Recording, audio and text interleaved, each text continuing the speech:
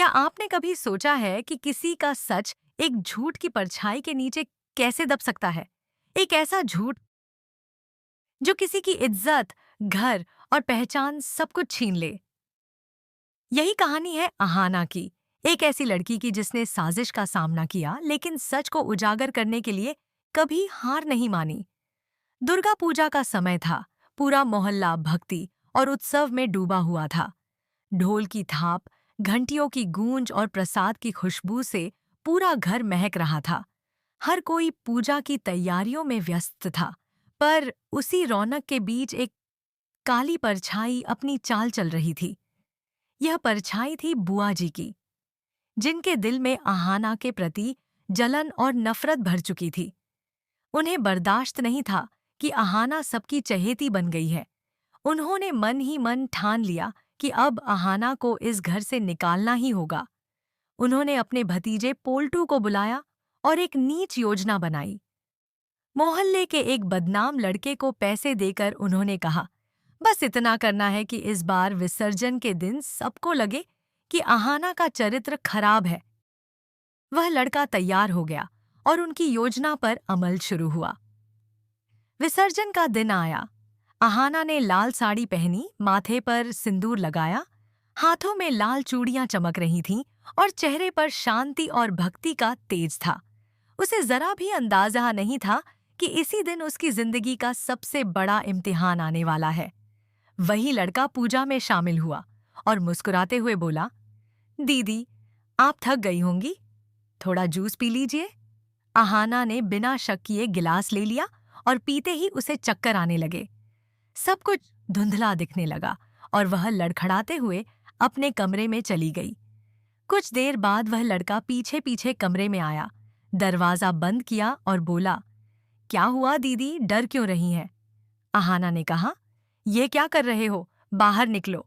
लेकिन वह हंसते हुए बोला, अब तो बहुत सुंदर लग रही हो, थोड़ा मजा क्यों न ले ले।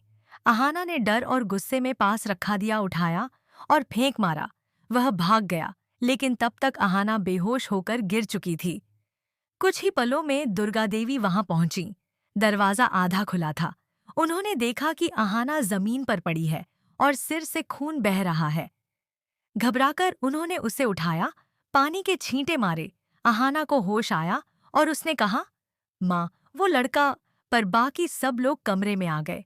बुआ जी नकली चिंता दिखाते हुए बोली, हे भगवान, हमारी बहू के साथ क्या हो गया? अर्जुन गुस्से में बोला, आहाना, ये सब क्या है? नशे में क्यों थी तुम? आहाना ने कांपती आवाज में कहा, किसी ने जूस में कुछ मिलाया था। लेकिन बुआ जी ने तुरंत टोका, बहाने मत बनाओ, सबने तुम्हें उस लड़के से बात करते देखा है। सब चुप थे। दुर्गा देवी का चेहरा कठोर हो गया। क्या यह सच है आहाना? वह रोती हुई बोली, नहीं माँ, मैंने कुछ नहीं किया। पर किसी ने विश्वास नहीं किया। दुर्गा देवी बोली, आज के बाद इस घर में तुम्हारी कोई जगह नहीं। अर्जुन ने भी कहा, अब मैं तुम्हारे साथ नहीं रह सकता। आहाना टूट गई। उसने बिना कुछ कहे अपना सामान उठाया और घर छोड़ दिया। पीछे बुआ जी के चेहरे पर एक साजिशी मुस्कान थी। लेकिन कहानी यहीं खत्म नहीं हुई। अगले दिन आहाना ने ठान लिया कि वह सच सामने लाकर रहेगी। उसने उस लड़के को ढूंढना शुरू किया और आखिरकार उसे मंदिर के पास देखा। वह किसी से फोन पर बात कर रहा था। बुआ जी, आपने जो कहा था, मैंने सब कर दिया। लड़की ने जूस पी लिया और बेहोश हो गई। यह सुनकर आहाना के कानों में जैसे बिजली गिर पड़ी। उसने तुरंत फोन निकाला और सारी बात रिकॉर्ड कर ली। अब उसके पास सबूत था। वह घर लौटी और सबके सामने बोली, मैंने कुछ नहीं किया था और अब सबूत मेरे पास है।